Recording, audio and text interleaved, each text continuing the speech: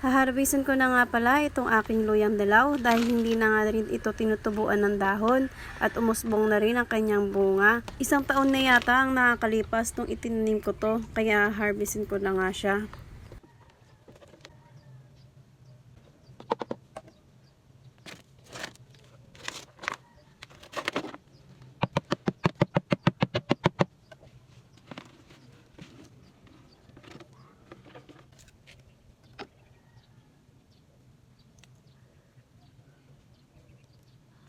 Wow! Wow! It's so big! Wow! May na-harvest natin.